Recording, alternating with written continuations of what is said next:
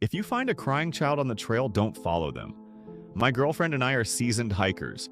We've tackled everything from rugged mountain trails to swampy, mosquito-infested paths, and we've always made it out unscathed. But this time was different. This time, the trail almost didn't let us go. It started with a warning. I know, that sounds over the top, but it's true. The guy at the ranger station, a wiry, middle-aged man with a leathery face, looked up from his clipboard as we signed in. You two sticking to the main trail? He sounded like he must have smoked 4 packs a day for the last decade. Planning on taking the loop trail up to the summit, I replied. We've been looking into it for a while and we think the weather's right for it this weekend. We've never been through Baroque Park before, but we've heard it's beautiful. My girlfriend curled her arm through mine and rested her cheek on my shoulder. It's going to be great. I think he might have something special planned for us. I didn't. My smile turned nervous. The ranger hesitated, his pen hovering over the paper. Could he tell I didn't have a ring? Was he about to out me? Number. He braced a hand on the counter and leaned forward, eyes serious beneath bushy eyebrows. Stick to the marked paths. And if you hear anything strange, like a kid crying, you keep walking. Don't stop. Don't look. Just keep going. What? My girlfriend gave a nervous laugh. Don't want you to get lost. The ranger's eyes didn't waver. People go looking for what they shouldn't, and not all of them come back. We decided it was just some backwoods superstition to spook tourists. What else could it be? So after we brushed off the nerves, we shouldered our packs and started up the trail. The first few hours were uneventful. Just the two of us surrounded by towering pines, the crunch of dirt and leaves underfoot, and the occasional bird call. If you've ever been on a hike before, well, there you go. Standard day. My girlfriend kept looking over at me, eyes gone to honey. I didn't know why she thought this was a special proposal trip. It wasn't until we parked I even realized that's where her expectations were set. And my attention? Yeah, I was trying to figure out what I was going to do to cushion the blow when we hit summit. Then we heard it. A child's voice crying. We stopped dead in our tracks. Amber froze, her eyes wide. Do you hear that?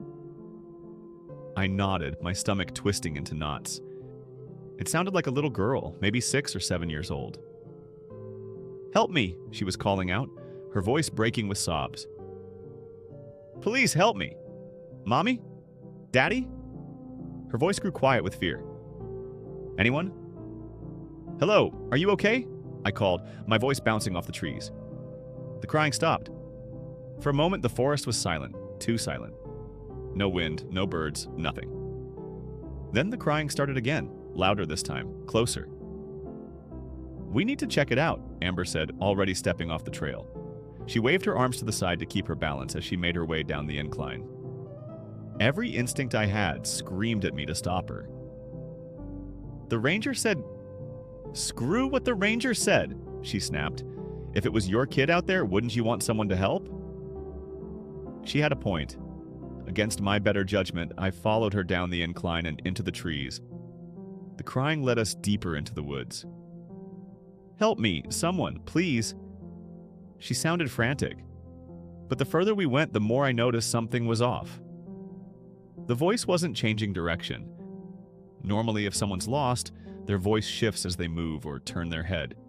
But this sound, it was static, like it was coming from a fixed point. The ranger's warning came back to mind. My steps started to slow down. Amber, I think we should go back. Something's not right. I can't find you. Please, I'm scared. The kid was sobbing now. Stop acting like a jerk, Amber snapped. She's got to be right ahead of us. Amber was right. 20 more feet and we saw her. She was sitting on a fallen log, her back to us, wearing a dirty pink jacket and clutching her knees to her chest. Hey, sweetie, Amber called gently, stepping closer. Are you lost? Where are your parents? The girl didn't answer. She just kept crying, her shoulders shaking with each sob. Please help me. Amber crouched down, reaching out to touch her shoulder. Wait, I said, my voice barely above a whisper. Something about this felt wrong. Why was she just sitting there? When Amber had called for her, why hadn't she tried to find us? Amber, we should just go get the ranger. Come on. The girl's crying stopped. In one smooth, jerky motion, she turned to face us. Her eyes weren't right. They were too large, too dark, reflecting the light like an animal's. You found me! Her mouth stretched wide into a grin that split her face unnaturally, revealing rows of sharp, needle-like teeth. I knew you would. I knew if I called for you, you would find me. Then her skin, her entire skin, began to split down the middle like a zipper. I don't know what I was expecting to see underneath, but it wasn't this. It wasn't the sinewy, raw-looking creature that crawled out of its human shell like a spider shedding its exoskeleton. Amber screamed, stumbling backward. I grabbed her arm, yanking her to her feet, shouting, "Run!" so loudly it made my throat sting. We bolted, crashing through the underbrush, branches whipping at our faces. Behind us, I heard the creature give a low, guttural growl, followed by the unmistakable sound of something running, fast. It was chasing us.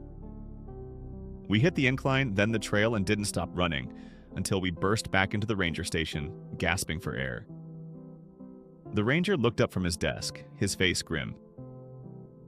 You heard it, didn't you? We nodded, too shaken to speak. He sighed, getting up and locking the door. You're lucky you ran. Most people don't. We didn't ask what he meant. We didn't want to know. We've hiked dozens of trails since that day, but we've never gone back to that forest. And if we ever hear crying in the woods again, we'll keep walking.